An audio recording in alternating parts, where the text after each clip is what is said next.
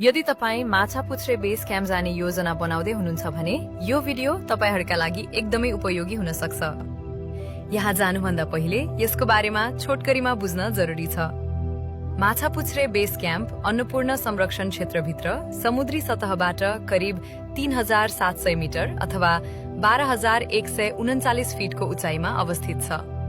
यो पवित्र माछापुच्छ्रे हिमालको ठीक फेदीमा रहेको छ। धार्मिक आस्थाका कारण यस हिमालमा आजसम्म कसैले आरोहण गरेको छैन, त्यसैले यसलाई नेपालको पवित्र तथा कुमारी हिमालको रूपमा चिनिन्छ। Machhapuchhre base camp Annapurna base camp जाने पदयात्रीहरूको अन्तिम विश्राम स्थल हो। अधिकांश यात्रुहरू यहाँ एक रात बास बसेर शरीरलाई उच्च उचाइसँग अभ्यस्त बनाउँछन् र भोलिपल्ट बिहान करिब 2 घण्टाको पदयात्रापछि अन्नपूर्ण बेस क्याम्प पुग्छन्। माछापुच्छ्रे बेस क्याम्पको सबैभन्दा ठूलो आकर्षण भनेको यहाँबाट देखिने हिमाली दृश्य हो। यहाँबाट माछापुच्छ्रे, अन्नपूर्ण साउथ, गंगापूर्ण र हिउचुली लगायतका विशाल हिमालहरूको 360 डिग्री मनोरम दृश्य देख्न सकिन्छ। बिहान सूर्योदय र साँझ सूर्यास्तका बेला हिमालमा पर्ने सुनौलो र गुलाबी किरणहरूले यो स्थानलाई झन मनमोहक बनाइदिन्छ।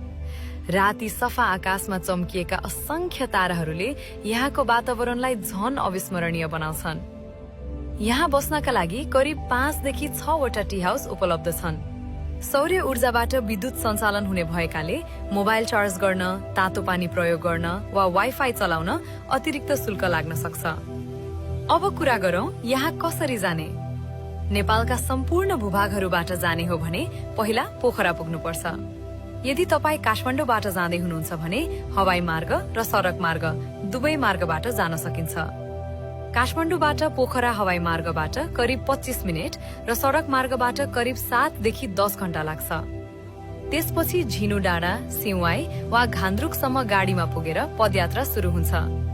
सामान्यतया पहिलो दिन छोमरोङ, दोस्रो दिन दोभान वा हिमालय र तेस्रो दिन देउराली हुँदै माछापुच्छ्रे बेस क्याम्प पुगिन्छ। भ्रमणका लागि उपयुक्त समय चैतदेखि जेठ र असोजदेखि मंसिर सबैभन्दा उपयुक्त समय मानिन्छ। यस अवधिमा मौसम सफा हुने भएकाले हिमालहरूको दृश्य अत्यन्त स्पष्ट देख्न सकिन्छ। यदि तपाई हिमाल, प्रकृति, शान्त वातावरण र जीवनभर सम्झिरहने पदयात्राको अनुभव खोज्दै हुनुहुन्छ भने माछापुच्छ्रे बेस क्याम्प तपाईको सूचीमा अवश्य हुनुपर्छ। यो भिडियो तपाईलाई कस्तो लाग्यो? प्रतिक्रिया दिनुहोला।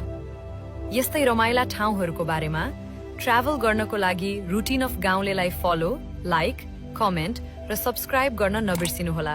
धन्यवाद।